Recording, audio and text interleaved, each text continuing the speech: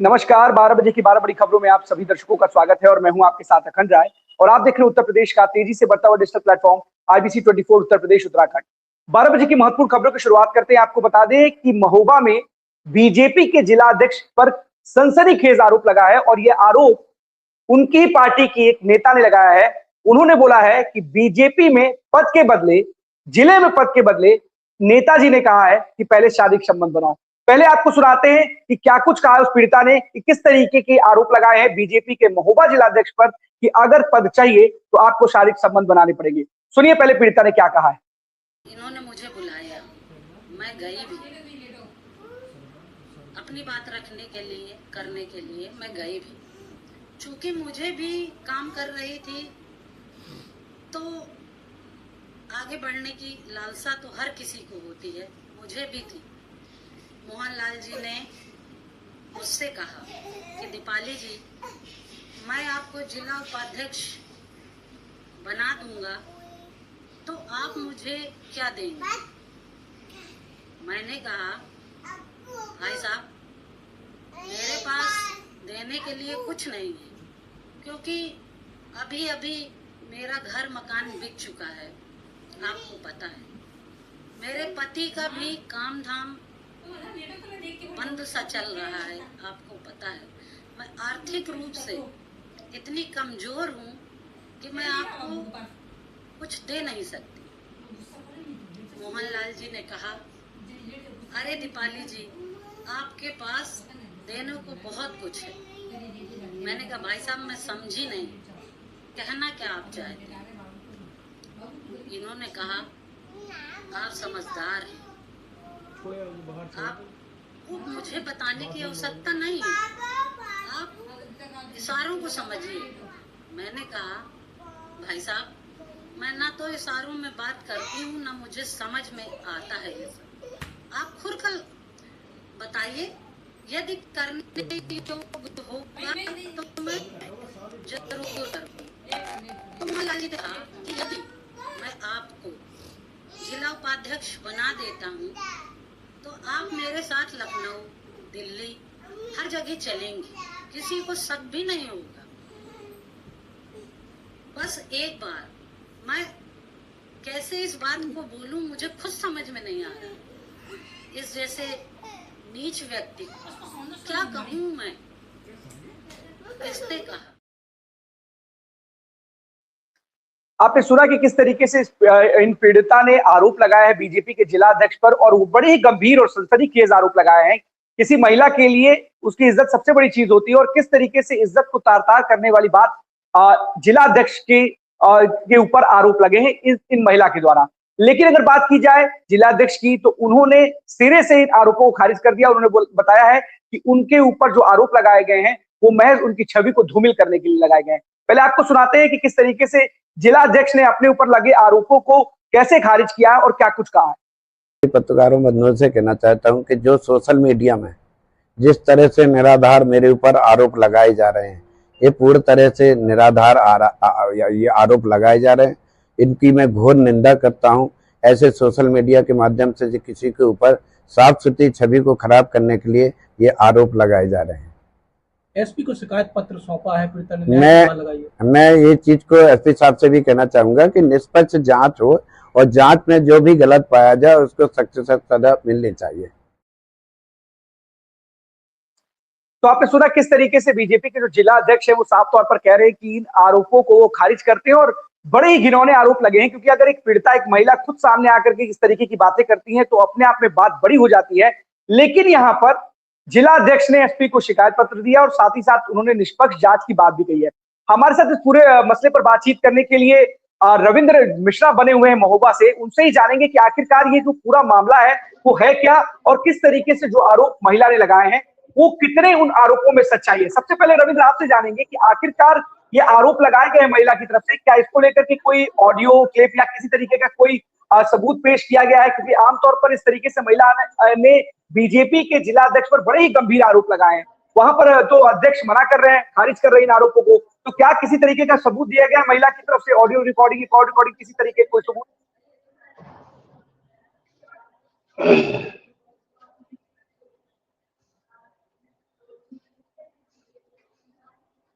Ravindra unmute कर लीजिए आप।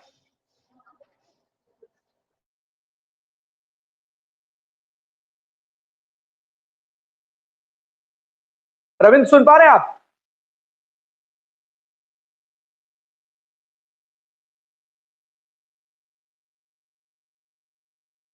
रविंद्र आपको आवाज आ रही है?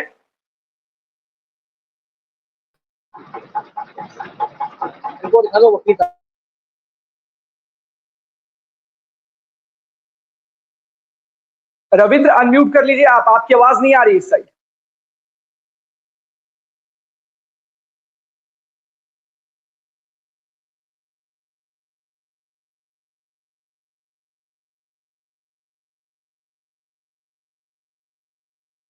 रविंद्र ऑडिबल नहीं है। आप नेटवर्क कनेक्शन का इशू है या क्या क्या है? आप एक बार अनम्यूट कीजिए रविंद्र।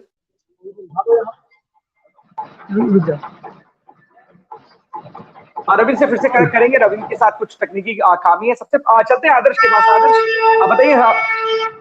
बंद कर दो। अखंड जी, आज हम बताना चाहेंगे महाद्वय जनपद के आज हम महिला थाना एवं कप्तान साहब के ऑफिस के मध्य में हमारी यहाँ पे खड़े हुए हैं और यहाँ पर बताना चाहेंगे कि यहाँ बिजली विभाग की इतनी बड़ी लापरवाही हो रहा है, जो करीब 4-5 महीने से एक बंदरिया जो कि ट्रांसफार्मर पर पड़ी हुई है। हम कैमरा मैन से थोड़ा दिखाएं, हम आपको दिखाएंगे। देखिए ये बंदरिया बड़ी, ये देखिए ये बंदरिया मरी पड़ी है, ये पड़ी है, आप देख सकते हैं ये पड़ी है और ये सूख के बिल्कुल मर गई है। लेकिन यहाँ के जो प्रशासन इसी जगह से यहाँ डीएम भी निकलते हैं, यहाँ कप्तान भी निकलते हैं। यहाँ पर जो है हमारी मौजूदगी भी यहाँ पर डीएम और कप्तान साहब और महिला थाने के बीच में है। और यहाँ पर ये गड्ढे जो बने हुए हैं, आप देखते हैं महिला थाने भी कुछ कर्मी जा रहे हैं सर। ये गड्ढे जो बने हुए हैं, हम देखिए उस गड्ढे को भी अवगत कराएंगे। आजा देखिए ये गड्ढे जो बने हुए हैं, यहाँ पर हम लाइव तस्वीरें आपको अपने चैनल के माध्यम से लाइव तस्वीरें, ये गड्ढे बने, यहाँ पर डीएम भी निकलते हैं, यहाँ कप्तान निकलते हैं, यहाँ पे ये पब्लिक निकलती है यहाँ पर। और जो वीआईपी लोग हैं गाड़ी पर निकलते हैं वो तो निकल जाते हैं। यहाँ पर जो यहाँ पर ऑटो ड्राइवर हैं या ऑटो जो सवारियां बैठती है या बाइक पर होते हैं, उनकी बाइकें पलट जाती है, यहाँ पर गड्ढों में चोट लग जाती है यहाँ पर। और सबसे बड़ी बात बिजली विभाग की लापरवाही की हम बात करते हैं तो जो ट्रांसफार्मर खुलेआम रखा हुआ है, वहाँ पर कप्तान साहब का ऑफिस बना हुआ है, लेकिन उस ऑफिस के पास में कोई भी किसी का कोई सुरक्षा नहीं है। यहाँ पर गाय भी जा सकती है, वहाँ एक बंदर सूखा हुआ है, किसी अधिकारी ने उसको हटाने की जहमत नहीं उठाई। अगर कोई बड़ा हादसा होता है किसका जिम्मेदार कौन हो जाता है होगा। हम यहाँ से हमारा एक वकील साहब उनसे बात करना चाहेंगे। सर क्या मामला पूरा? बोलो। मैं संजय कुमार अग्निहोत्री एडवोकेट एवं पूर्व जिला संयोजक बजरंग दल महिला थाना के पास में खड़ा हूँ। यहाँ पर एक ट्रांसफार्मर है, जिस ट्रांसफार्मर की स्थिति जो है आज से नहीं तकरीबन 7-8 महीने से ऐसे ओपन है, उसमें कोई भी आवरण नहीं लगा है। आने वाले पशु पक्षी या अन्य बंदर वगैरह सब उसमें जैसे ही कूदते हैं और अगर उसमें उनका जो है अंग टच हो गया तो वहीं पे जल के मर जाते हैं। पुलिस अधीक्षक कार्यालय की जो बाउंड्री है उससे राइट हैंड बाउंड्री का कोना जहाँ पे समाप्त होता है वहीं पे ट्रांसफार्मर लगा हुआ है। बिजली विभाग के अधिकारियों की लापरवाही, जब उनको ये संज्ञान हो गया था, पहले ही मालूम हो गया था, यहाँ काम भी कर गए थे और उनको संज्ञान है कि ट्रांसफार्मर को हमें ढकना है, लेकिन आज 5-7 महीने हो रहे हैं ये ट्रांसफार्मर जो है इसका कोई भी पुरसा हाल नहीं है। और बिजली विभाग के अधिकारी जो हैं वो लापरवाही घोर बरत रहे हैं, जबकि सबको इस बात की जानकारी है कि पुलिस अधीक्षक कार्यालय के अंदर कोने पर लगा हुआ ट्रांसफार्मर जो वर्तमान में नंगा है, हाँ, वहां से बंदर भी बैठते हैं, साथ में पब्लिक भी निकलती है, रस का ठेला भी लगता है, समझ गया सर, चारों तरफ अन्य भी जनता भी निकलती है, पशु पक्षी अगर कहीं धोखे से गिर के उसमें मर जाते हैं, ये स्थिति है। और बिजली विभाग के अधिकारी इस समय इस स्थिति को नहीं देख पा रहे हैं और देख कर अनजान बने हुए हैं।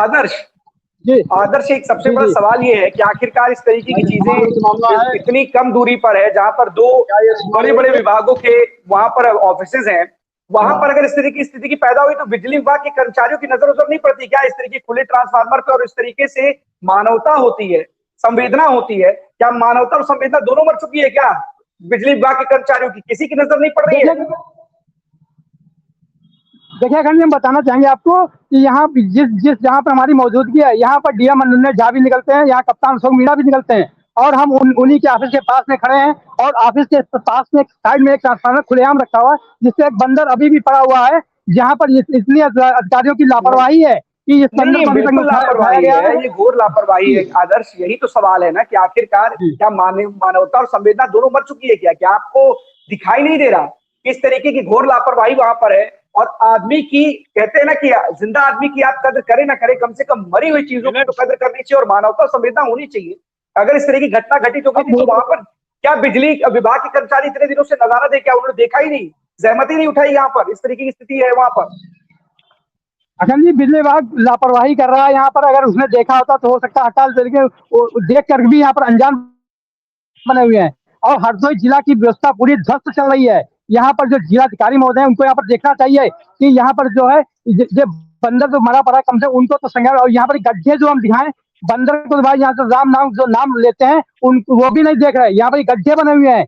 इस गड्ढे को लेकर यहाँ पर जो बड़ी इनोवा गाड़ियां वो निकल जाती है, लेकिन यहाँ पर जो साइकिल है या मोटरसाइकिल है वो गिरती है, क्या चोट लगती है।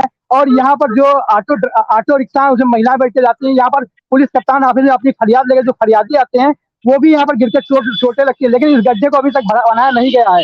इसको भी हम अगर लापरवाही कहेंगे। ये हरदोई जनपद की बहुत बड़ी एक यहाँ पर एक दर्दनाक घटना है। बिल्कुल दुर्घटना क्या है, ये दुर्घटना को दावत देने वाली ये पूरी की पूरी स्थिति बनी हुई है। कितने बड़े बड़े गड्ढे अगर हैं और जहां पर डीएम ऑफिस बगल में हो, अगर वहां से उस तरीके के वीवीआईपी गुजरते होंगे और इस तरीके के हालात है तो आम जनता किस तरीके से गुजरती होगी? क्या आपकी आंखों के सामने इस तरीके के गड्ढे आपको अच्छे लगते हैं, शोभा दे रहे हैं? क्या शहर की पहचान बढ़ा रहे हैं, शहर का नाम कर रहे हैं? आपको कम से कम देखना चाहिए। और आप जिम्मेदार अधिकारी आप लोग बैठे हैं और आपके दफ्तर के सामने अगर इस तरीके की सड़कों का हाल होगा तो जिले की अन्य सड़कों का क्या हाल होगा? लोग इस पर सवाल खड़े करेंगे। और आपको देखना चाहिए इस मानवता और संवेदना के नाते कम से कम वो जो ट्रांसफार्मर में जो घटना घटित हुई है उस पर कम से कम आपका भी नजर जाना चाहिए। साथ ही साथ जिस तरह की खबर आदर्श शिकार है, सड़कों का अगर ये हाल है डीएम के ऑफिस के सामने, तो अपने आप में सवाल खड़े करेंगे कि आखिरकार क्यों इस तरीके की स्थिति बनी हुई है। आदर्श आपके पास फिर से आएंगे, हमारे तमाम साथी भी जुड़े हुए हैं। एक सेकंड आपके पास आएंगे, ये गन्ना बिछा देते हैं अच्छा जी जी जी आपके साथ है आदर्श, थोड़ी देर रुकिएगा, फिर अभी अपने अन्य साथियों के पास चलते हैं। इंद्रवीर के पास चलते हैं। पहले इंद्रवीर, रायबरेली से कौन सी खबर है आज की?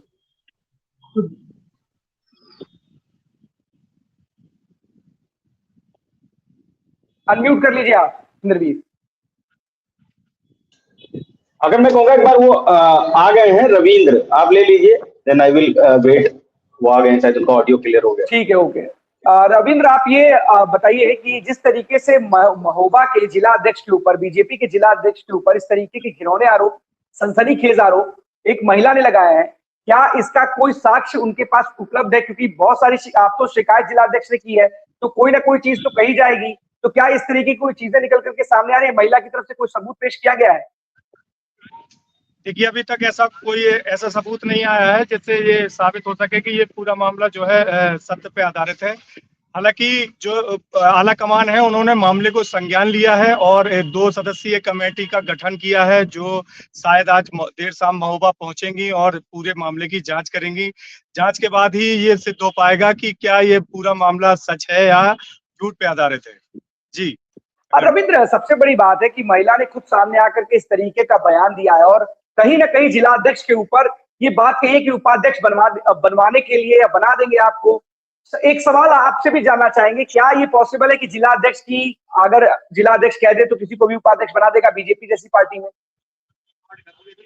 देखिए, ये पूरा मामला जो है बीते दिनों जो भाजपा कार्यकारिणी द्वारा जो लिस्टें जारी हुई थी उनमें जो है तमाम प्रकार की कार्यकारिणी में पद दिए गए थे, तभी ये विषय जो है चर्चा में आया था। इसके बाद लगातार जो है दीपाली तिवारी फेसबुक लाइव के माध्यम से आती रही हैं और उन्होंने अपने परसों के दिन एक फेसबुक लाइव किया जिनमें उन्होंने एक गंभीर खुलासा किया है, जिन्होंने उन्होंने बताया कि जिला अध्यक्ष जो है मुझे बार बार धमकी दे रहे हैं और बार बार ये भी बात कह रहे हैं कि अगर आप बार बार फेसबुक पे लाइव आएंगी या हमारा विरोध करेंगी तो इसके बाद जो है हम आपके पति को 354 के तहत मुकदमा लिखवा के जेल भिजा देंगे।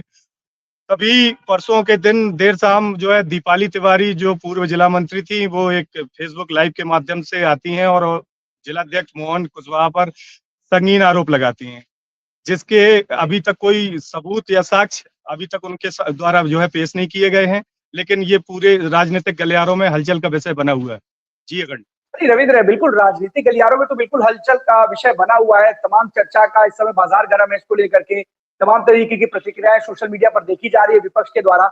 लेकिन जिस तरीके के आरोप लगे हैं ये अपने आप में बड़े आरोप है, और एक महिला खुद आकर के, बीजेपी की नेता है, वो खुद आकर के इस तरीके का गंभीर आरोप लगा रही है, तो अपने आप में बड़े सवाल होते हैं।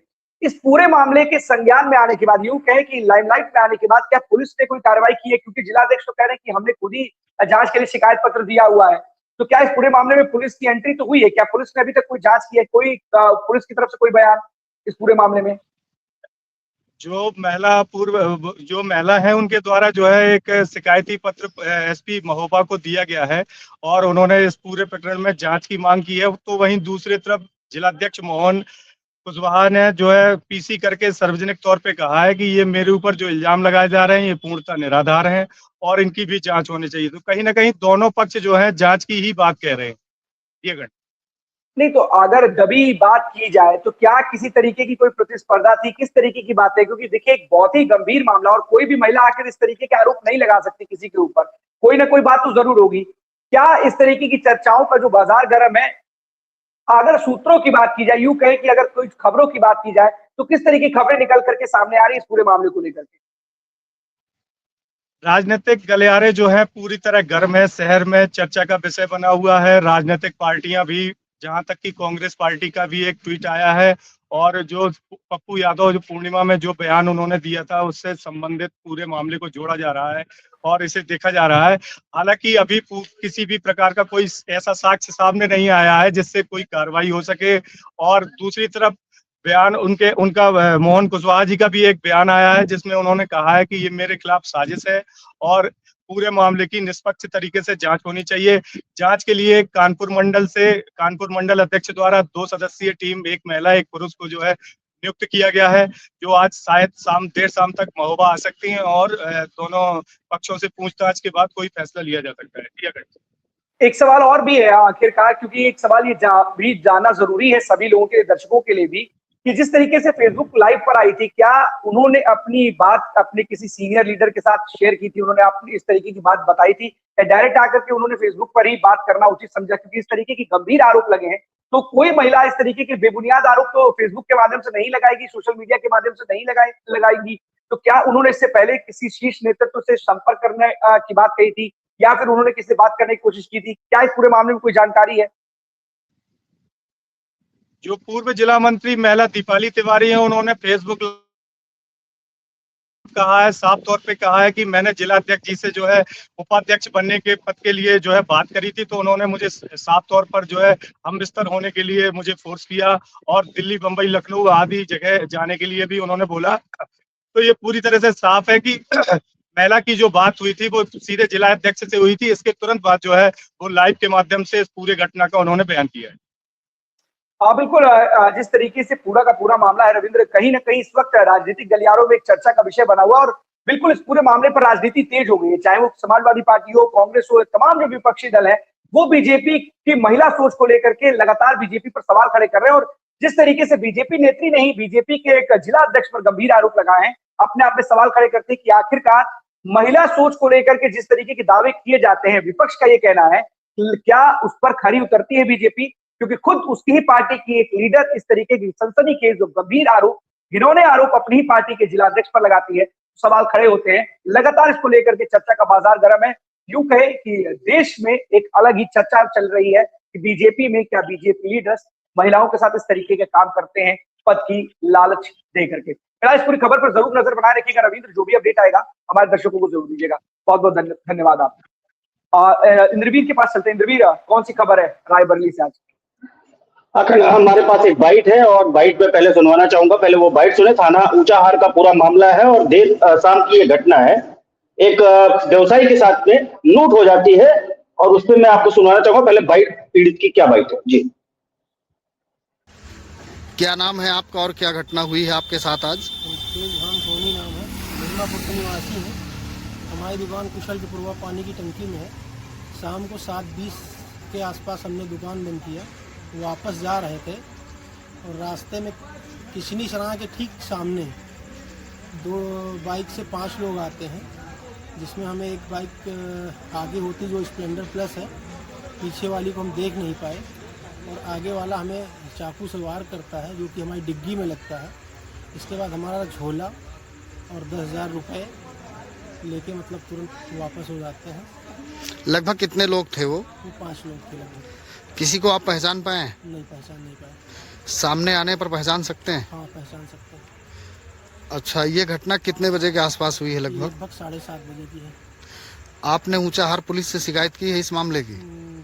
हाँ पहले घर गए, घर से वापस आए, दुकान का ताला चेंज किया चूँकि वो चाबी उठा ले गए हैं दोनों, तिजोरी की और शटर की।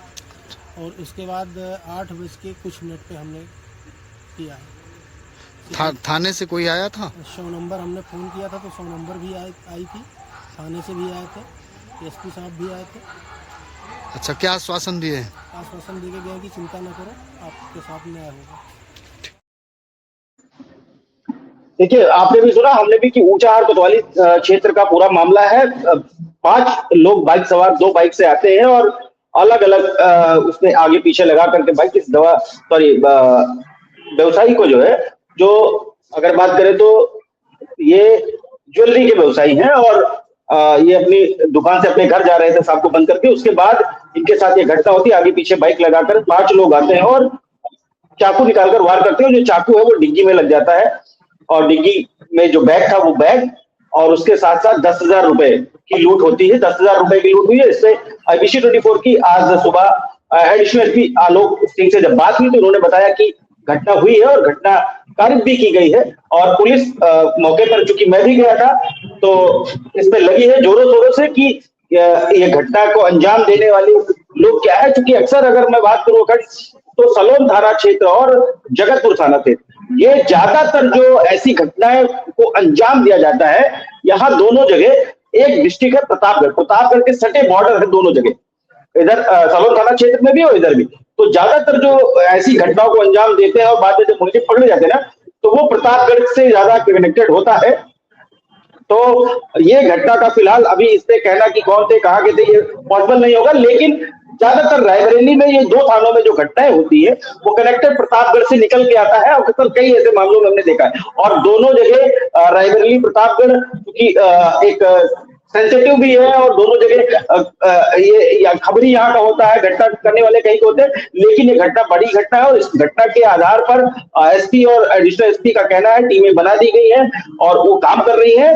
जल्द ही इस घटना का खुलासा होगा। जिस तरीके से व्यापारी के साथ 7:30 बजे ही ये लूट हो जाती है सरेआम। जी इंद्रवीर, टीम तो गठित कर दी गई, बिल्कुल हो सकता है वो अपराधी पकड़े भी जाएं, लेकिन पुलिस के हाथ में क्या कोई अभी सुराग लगा है, कोई क्ल्यू लगा है? क्योंकि इस तरीके से अगर बॉर्डर जगहों पर, बॉर्डर इलाकों में अगर ये घटना घट रही है और पहले भी अगर घट चुकी है, अगर ऐसी घटना, अगर इस तरीके की जो जानकारी आप बता रहे हैं, तो ऐसे में तो सवाल खड़े हो रहे हैं कि आखिरकार पुलिस को जब पता है कि ये संवेदनशील इलाके हैं तो वहां पर गश्त अगर नहीं कर रहे हैं तो वहां पर गश्त बढ़ानी चाहिए, और अगर गश्त कर रहे हैं उसके बावजूद अगर ये घटना घटित हो रही है तो सवाल खड़े होंगे कि आखिरकार किस तरीके की पुलिसिंग है कि इस तरीके की घटनाएं घटित हो जा रही है, आपके सारे दावों पे पोल खोल रही है या आपके दावों पर सवाल उठा रही है?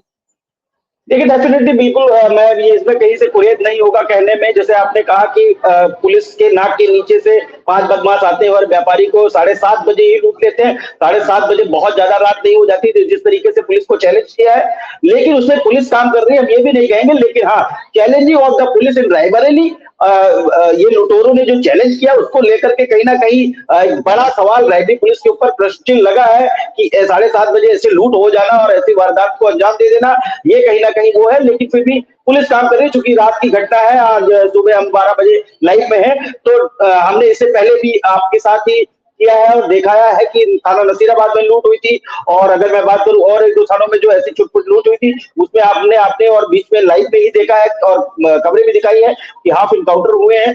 तो डेफिनेटली हमें वेट करना चाहिए पुलिस का। और देखिए, कोई भी चीज हो जादू की छड़ी नहीं होती, हम ये जरूर कहेंगे, लेकिन पुलिस के नाक के नीचे जिस तरीके से वो सवालिया निशान खड़े हुए हैं और वो होंगे भी अगर ऐसी घटनाएं होंगी तो, लेकिन पुलिस काम कर रही है तो जल्द ही खुलासा का आश्वासन है और इससे पहले भी खुलासा जल्द किया गया है रायबरेली पुलिस के द्वारा। तो हमें भी वेट करना चाहिए, लेकिन घटनाएं और ना हो, जैसा आपका कहना है घटनाएं और ना हो, उसके लिए लगातार पेट्रोलिंग और जो और टीमें हैं वो उनको जो सुस्त है, अभी मैं डेफिनेटली कहूंगा कि सुस्त है, सुस्त अगर नहीं होते तो 7:30 बजे इस तरीके से व्यापारी के साथ कोई लूट हो जाना, ये बड़ी घटना। और खास लूट के साथ साथ चाकू से वार करना, कल को खुदा ना खास्ता ऐसा तो नहीं हुआ कि कम से कम घायल नहीं हुआ या इनके साथ कोई घटना, अप्रिय घटना नहीं घटी, कम से कम पैसा ले गए, जान तो बच गई। तो ये रैवली एसपी को और रैवली एडिशनल एसपी को, रैवली पुलिस को, उत्तर प्रदेश पुलिस को सोचना पड़ेगा कि ऐसे लुटेरों के ऊपर ऐसे चाबुक चलता रहे और जिस तरीके से घटना हुई है कहीं ना कहीं इनको जो है एक वो अंजाम तक पहुंचाए जहां इनकी जगह है। जी अगर अब बिल्कुल होना भी चाहिए नवीन, क्योंकि डर नहीं होगा, खौफ नहीं होगा अगर पुलिस का इन बदमाशों के मन में, तो इस तरह की घटनाएं लगातार बढ़ेंगी। अभी हमने आपने हाल फिलहाल में ही बताया कि किस तरीके से 2 बड़ी घटनाओं का खुलासा पुलिस ने किया। फिर से ऐसे में खुला चैलेंज देना अपने आप में सवाल करता है कि आखिरकार जो कार्रवाई हो रही है, क्या उस कार्रवाई में कोई कमी रह जा रही है कि इस तरीके से अपराधी लगातार एक के बाद एक इन ऐसी वारदातों को अंजाम दे रहे हैं, लूट की वारदात को अंजाम दे रहे हैं, ओपन चैलेंज दे रहे हैं, पुलिस पकड़ भी रही है, गिरफ्तार भी कर रही है, उसके बावजूद भी घटनाएं रुकने का नाम नहीं ले रही। फिलहाल कहीं ना कहीं रायबरेली पुलिस लगातार काम करती है, अच्छा काम करती है और कई मामलों का उसने खुलासा भी किया है। इसमें भी देखते हैं कि किस तरीके से पुलिस काम करती है। लेकिन अगर आपने खुलासा किया तो आपकी वाहवाही भी है, और अगर आप नहीं कर पाते हैं तो सवाल भी खड़े होते हैं, आपके ऊपर दाग भी लगता है कि आखिरकार क्यों आपके नाक के नीचे से इस तरीके की घटनाएं हो जा रही हैं और अभी तक आपके हाथ खाली है। फिलहाल बहुत बहुत धन्यवाद आपका इस तमाम जानकारी के लिए। हो सकता हो जो भी अपडेट आएगा हमारे दर्शकों को जरूर दीजिएगा इस मामले में पुलिस ने किस तरह की कार्रवाई की। जितेंद्र के पास चलते हैं बस्ती। जितेंद्र, कौन सी खबर है बस्ती से आज?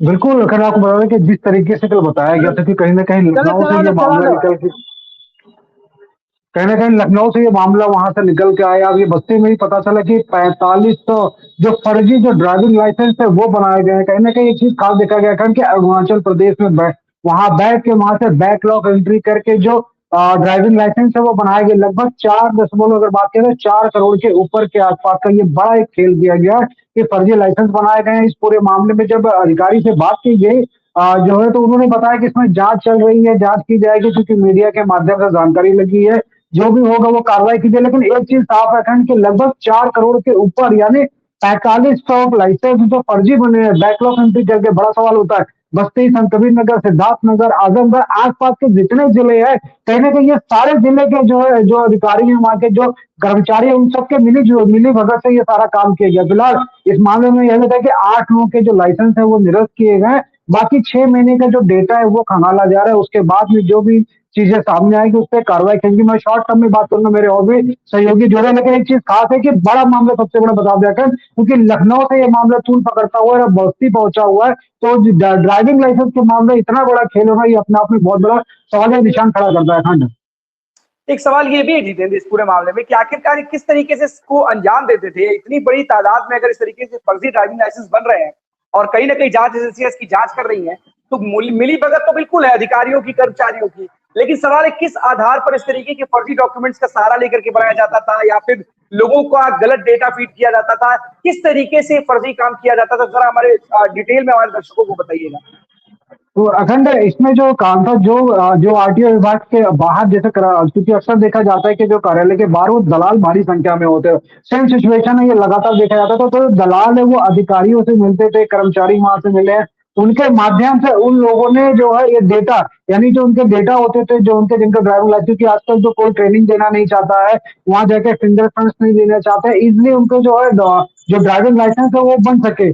तो जो बैकलॉग एंट्री यानी कह सकते थे कि जो पुरानी एंट्री होती थी उस बैकलॉग डेटा में जाते थे, वहां जाने के बाद उस डेटा को ओपन करते थे और अरुणाचल प्रदेश से ये काम किया करते थे। अरुणाचल प्रदेश से वहां बैठे हुए लोग इस गिरोह के लिए काम करते थे, वहां से बैकलॉग एंट्री करके बस्ती की बात की जाए या सिद्धार्थनगर, संत कबीर नगर, आसपास के जितने जिले हैं हर जिले में इस तरीके से बैकलॉग एंट्री करके वो क्या करते थे। अमूमन बात की जाए, मान लीजिए कोई ड्राइविंग लाइसेंस 3000 या 2500 में बनता है तो उसकी दुगनी राशि वो लेते थे, क्योंकि उनके पास शायद वो ऐसा सर्वर हो या कुछ ऐसे उनके पास डिटेल्स हो कि जिससे वो बैक एंट्री करते थे। क्योंकि बैक एंट्री करके ड्राइविंग लाइसेंस बनाना ये अपने आप में बहुत बड़ा सवाल है, क्योंकि जिस तरीके से लगातार अगर बात की जाए क्योंकि उत्तर प्रदेश सरकार लगातार नए एप्स लेके आ रही है, सोशल एक्टिविटीज लग रही है, कुछ नए जो नियम्स लगाए जा रहे हैं, लेकिन बैक एंट्री करके ड्राइविंग लाइसेंस बनाना कहीं ना कहीं निशान खड़ा करता है। बिना अधिकारी के जांच के या बिना अधिकारी के आईडी पासवर्ड के बैकलॉग एंट्री ओपन करना या उसके सर्वर को हैक करना उसके बाद बनाना, तो ये कहने का सवाल निशान है। क्योंकि उनके आईटी सेल अगर बात की जाए तो जो ड्राइविंग लाइसेंस के जो आईटी डिपार्टमेंट है वो क्या कर रहे थे, क्या उनको जारी नहीं थी? उत्तर प्रदेश के जिले को, उत्तर प्रदेश को छोड़ के आप अरुणाचल प्रदेश में बैठे हुए जो सिंडिकेट, यूं कह सकते हैं कि वो सिंडिकेट इस तरह से बड़ा लाइसेंस अगर बनाता है, 4.5 करोड़ के ऊपर के आसपास की रकम वसूली गई है, तो स्वाभाविक बात है 4.5 के ड्राइवर सिर्फ बस्ती से बने हैं, तो आसपास के जिले के या और अन्य जिले से या राज्य से पता नहीं कितने लाइसेंस बने होंगे। तो ये सबसे बड़ा सिंडिकेट है इनका। अभी तक सिंडिकेट की कोई गिरफ्तारी नहीं हो पाई है, क्योंकि एक नॉर्मल दायरा में जिस तरीके से बात जो आरटीओ विभाग के अधिकारी से बात की थी, उन्होंने बताया कि जांच चल रही है। तो आप भी जानते हैं जांच कैसे चलती है, लेकिन इस नेटवर्क को तोड़ने के लिए अब इन लोगों को क्या पहलू ये आजमाते हैं, किस तरीके से इस नेटवर्क को तोड़ा जाता है, ये देखना होगा। लेकिन सवाल वही है कि इतनी बड़ी रकम और इतने भारी ड्राइविंग लाइसेंस फर्जी बनाना एक अपने आप में बहुत बड़ी बात है। अखंड बिल्कुल साफ तौर पर एक बहुत बड़ी बात है, और इसका अब कैसे खुलासा करेंगे, कैसे उन लोगों तक पहुंचेंगे जिन्होंने इस कार्य को अंजाम दिया।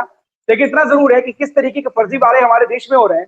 आधार कार्ड फर्जी बन जाते हैं, कहीं पर वोटर आईडी कार्ड को लेकर के सामने खबरें आती हैं, आधार कार्ड को लेकर के चीजें आती थी, और अब इस तरीके से ड्राइविंग लाइसेंस को लेकर के एक चौंकाने वाला खुलासा हुआ है। अपने आप में गंभीर बात है।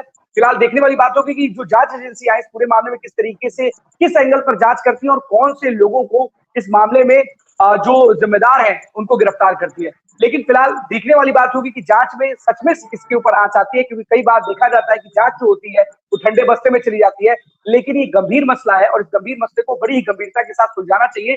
जो भी लोग दोषी हो, जिम्मेदार हो, उनके खिलाफ कठोर कार्रवाई करनी चाहिए। पूरी खबर पर नजर जरूर बनाए रखिएगा जितेंद्र, जो भी अपडेट आएगा हमारे दर्शकों को दीजिएगा।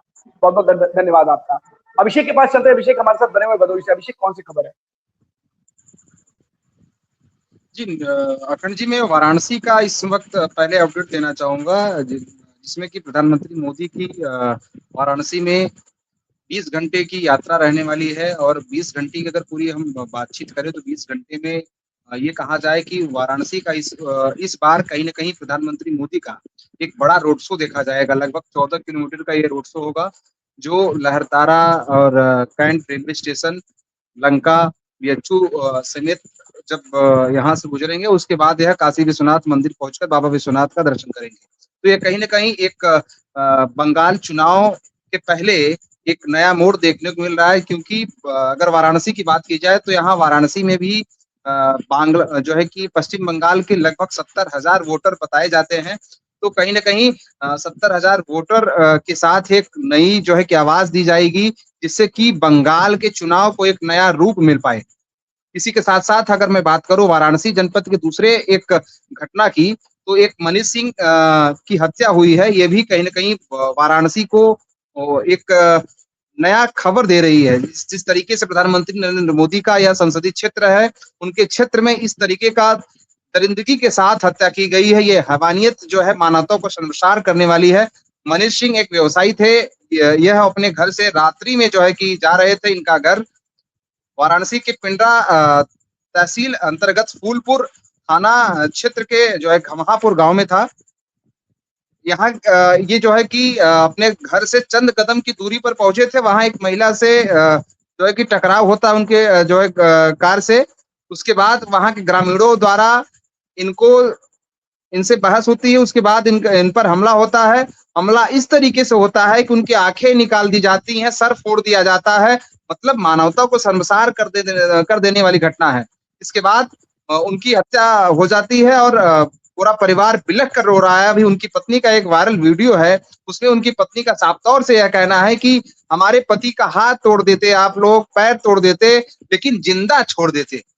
ये कहीं ना कहीं अपने आप पर सवाल खड़ा करता है, क्योंकि प्रधानमंत्री मोदी का आज वाराणसी में दौरा है और दौरा होने से पहले इस तरीके की घटना है और अभी तक प्रधानमंत्री मोदी के टीम द्वारा कोई इस घटना पर प्रतिक्रिया नहीं दी गई है। जी अखंड, इस पूरे मामले में पुलिस ने क्या किया? कोई किसी को गिरफ्तार किया है? क्या दोषी लोग हैं? सभी 2 अभियुक्तों को गिरफ्तार कर चुकी है। जहां तक कि सीओ से बातचीत हुई, सीओ से बातचीत के दौरान यह जानकारी प्राप्त हुई कि 2 अभियुक्त को गिरफ्तार कर लिया गया है और अभियुक्तों की भी तलाश जारी है। क्या कुछ नाम निकल करके सामने आए? कौन से वो अभियुक्त हैं जिन्होंने इस घटना को अंजाम दिया, इस बर्बरतापूर्ण? जहां तक जानकारी मिल रही है, राजभर समाज के लोग थे। राजभर समाज के लोग थे। उन लोगों द्वारा लगातार भट्टे पर कार्य किया जाता था। भट्टे के नजदीक थे। ईट भट्टे जो होते हैं आमतौर पर जो है कि ग्रामीण इलाकों में ईट भट्टे का एक बड़ा व्यापार चलता है। ईट भट्टे के जो है कि नजदीक में यह घटना हुई और ईटों से कुचलकर उनकी हत्या की गई। अपने आप में एक बड़ी ही गंभीर बात है और बड़ा ही सवालिया निशान है पुलिस की उस तमाम दावों पर, जहां पर एक इस तरीके की निर्मम हत्या से कहीं ना कहीं सनसनी फैल जाती है। सोचिए कि उस पत्नी का क्या हाल होगा, जो अभी आप बता रहे हैं अभिषेक, कि वो किस तरीके से बता रही हैं कि हाथ तोड़ देते, पैर तोड़ देते, पर हत्या आपने की है। आप सोचिए कि इस तरीके से जो जघन्य अपराध लोग अपने हाथों में कानून ले लेते हैं और इस तरीके के अपराध को अंजाम देने से पहले एक बार भी नहीं सोचते हैं, कितनी निर्दयता के साथ, कितनी निर्ममता के साथ अगर इस तरीके की घटनाओं को अंजाम देने लगेंगे लोग, तो सवाल खड़े हुए कि आखिर अंदर से जो मनुष्य आपके अंदर का, जो आपके अंदर का इंसान है, क्या वो मर चुका है? किस तरीके का अपराध आप लोग इस तरीके का अपराध करने से पहले एक बार भी नहीं सोचते। लेकिन सवाल यही है कि आखिरकार क्यों अभी तक जिस ये संसदीय क्षेत्र है पीएम का, और वहां पर अगर इस तरह की घटना घटित हो जाती है, 2 अभियुक्तों को गिरफ्तार किया जाता है, अभी तक और भी लोग होंगे इस पूरी घटना में, क्योंकि जिस तरीके से आपने बताया अभिषेक कि लगातार कई लोग थे जिन्होंने इस तरीके की घटना को अंजाम दिया, तो क्यों केवल 2 ही लोगों को गिरफ्तार किया? कहां वो लोग हैं जो लोग अभी इस पर आ रहे हैं? जी, अगर अखंड बात की जाए घटना की, तो इस घटना में अगर बात की जाए आमतौर पर अगर इस घटना की पूरी जो है कि स्वरूप को देखा जाए, तो इसमें लगभग 10 से 12 लोगों की जो संख्या है वो आकी जा रही है। इसमें लगभग दो लोगों की पुलिस ने जो है कि गिरफ्तारी कर चुकी है। इसके अलावा जो और भी अभियुक्त हैं उनकी तलाश जारी है। लेकिन ये सवाल या निशान खड़ा करता है कहीं ना कहीं उत्तर प्रदेश पुलिस पर, कि जहां लॉ एंड ऑर्डर लगातार उत्तर प्रदेश के मुख्यमंत्री, सूबे के मुख्यमंत्री लगातार यह कह रहे हैं कि जीरो टॉलरेंस की नीति लगातार उत्तर प्रदेश में कायम है, इसके बाद भी अपराधी अपराध करने में कोई संकोच नहीं कर रहा। तो ये कहीं ना कहीं वाराणसी पुलिस एवं उत्तर प्रदेश पुलिस पर सवाल या निशान खड़ा करती है कि अपराधी अगर अपराध कर रहा है बेखौफ होकर, वो भी इंसानियत को शर्मसार करते हुए अपराध कर रहा है, तो ये कहीं ना कहीं सवाल या निशान खड़ा करता है। बिल्कुल सही बात है। पुलिस की कार्रवाई में क्या कहीं कोई चूक रह जाती है, या फिर अदालती कार्रवाई में कहीं कोई चूक रह जाती है कि इन लोगों के मन में इस तरीके का भय बिल्कुल भी नहीं है कि अगर हम इस तरीके का काम या इस तरीके के हत्या को अंजाम देंगे इस निर्दयता के साथ, मानवता को शर्मसार कर देने वाले कृत्य के साथ, तो हमारे ऊपर क्या होगा।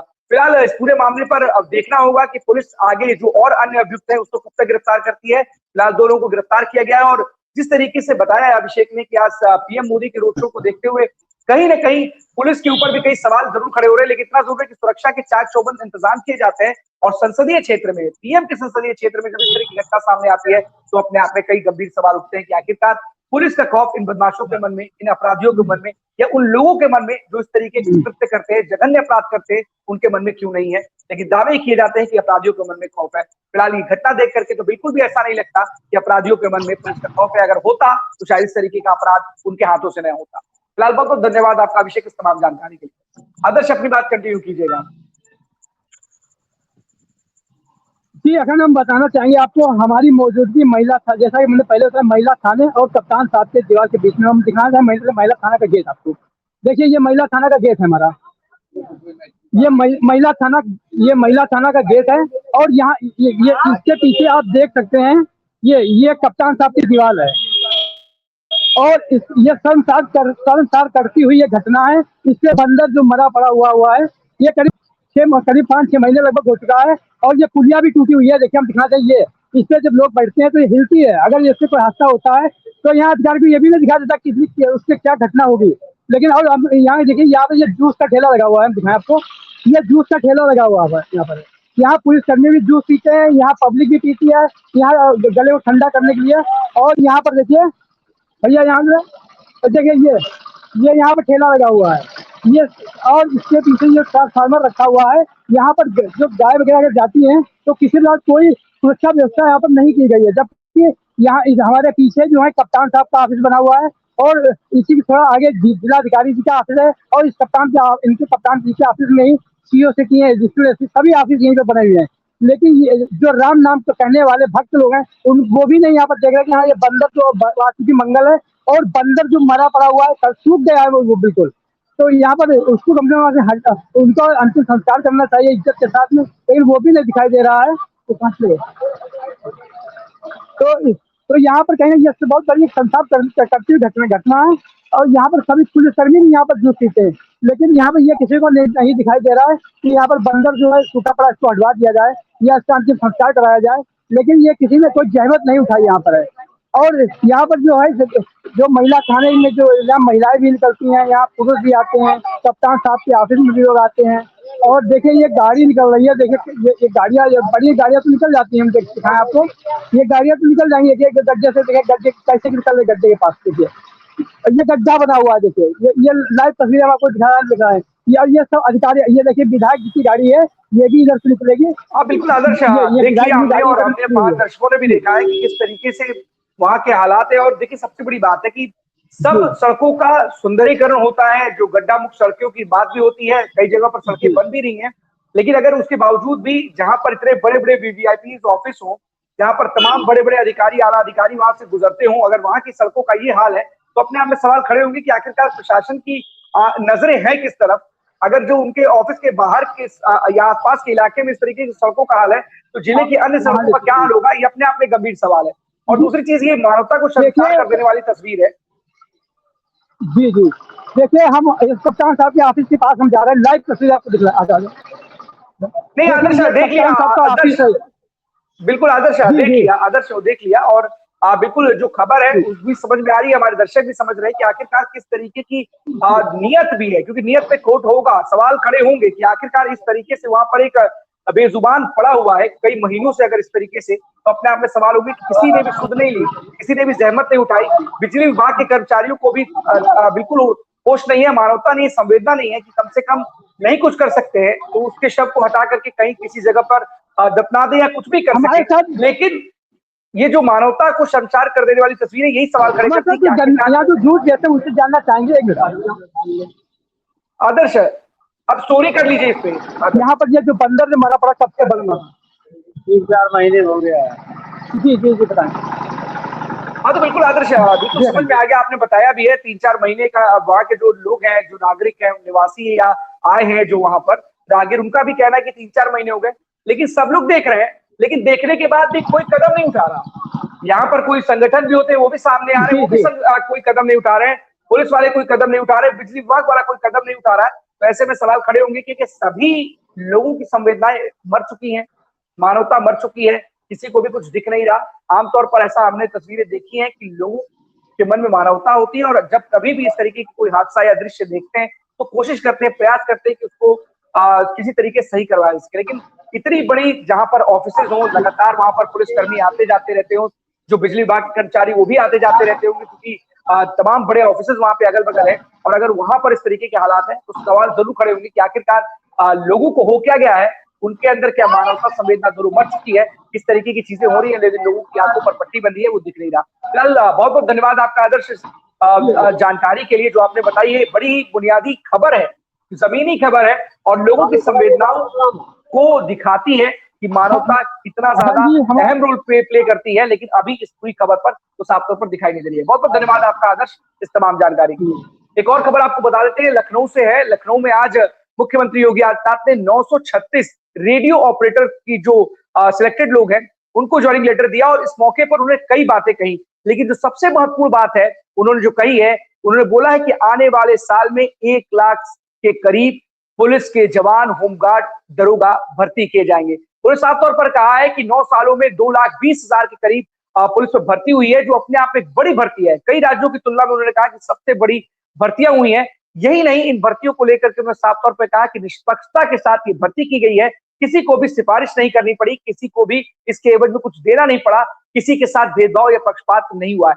तो कई गंभीर बातें उन्होंने कही, और साफ तौर पर उन्होंने बताया है कि पहले किस तरीके से 3,000 पुलिसकर्मियों की एक साथ ट्रेनिंग की व्यवस्था नहीं थी, लेकिन आपने देखा कि एक कई बड़ी 60,000 से ऊपर जो सिपाही थे उनकी ट्रेनिंग की व्यवस्था सुचारू रूप से की गई, और पासिंग परेड में हमने देखा भी है। तो कहीं ना कहीं मुख्यमंत्री ने साफ तौर पर बताया है और स्पष्ट भी किया है कि आने वाले समय में 1 लाख के करीब होमगार्ड, सिपाही और दरोगा की भर्ती साफ तौर पर होगी, और ये उत्तर प्रदेश में एक बड़ी भर्ती के रूप में होगी, क्योंकि चुनावी साल है। ऐसे में इस तरीके का ऐलान उन तमाम युवाओं के लिए एक बड़ी बात है जो मौके की तलाश में है, जो चाहते हैं कि उनका भी सपना पूरा हो और वो भी पुलिस में जाकर के अपने अपने सपनों की उड़ान भर सके, क्योंकि कहीं ना कहीं कई दिनों से या कई वर्षों से इंतजार कर रहे उन तमाम युवाओं के लिए, प्रतिभागियों के लिए बड़ी उम्मीद की किरण है सीएम योगी का यह बयान। क्योंकि 1 लाख के करीब अगर जब भर्ती होती है पुलिस में, तो अपने आप इन तमाम जो युवाओं के लिए जो सरकारी नौकरी की चाह में या बहुत दिनों से तैयारी कर रहे थे, उनके लिए बड़ी खुशी की खबर है। कहीं ना कहीं इस मौके पर जो 936 रेडियो ऑपरेटर्स के जो ज्वाइनिंग लेटर्स दिए जा रहे थे, उस पर इन्होंने सीएम योगी ने कई बातें कही और साफ तौर पर पिछली सरकारों पर आरोप भी लगाया है, पक्षपात का, भेदभाव का, सिफारिश करा करके नौकरी पाने का और तमाम चीजें जो स्पष्ट रूप से उन्होंने इंदिरा गांधी प्रतिष्ठान में इन तमाम जो युवाओं हैं, जो चयनित अभ्यर्थी हैं, उनको ज्वाइनिंग लेटर देते वक्त कही। तो 12 बजे 12 बड़ी खबरों में आज के लिए बस इतना ही। कल हम आपके सामने फिर से होंगे। आदित्य, तब तक के लिए दीजिए हमें इजाजत। धन्यवाद।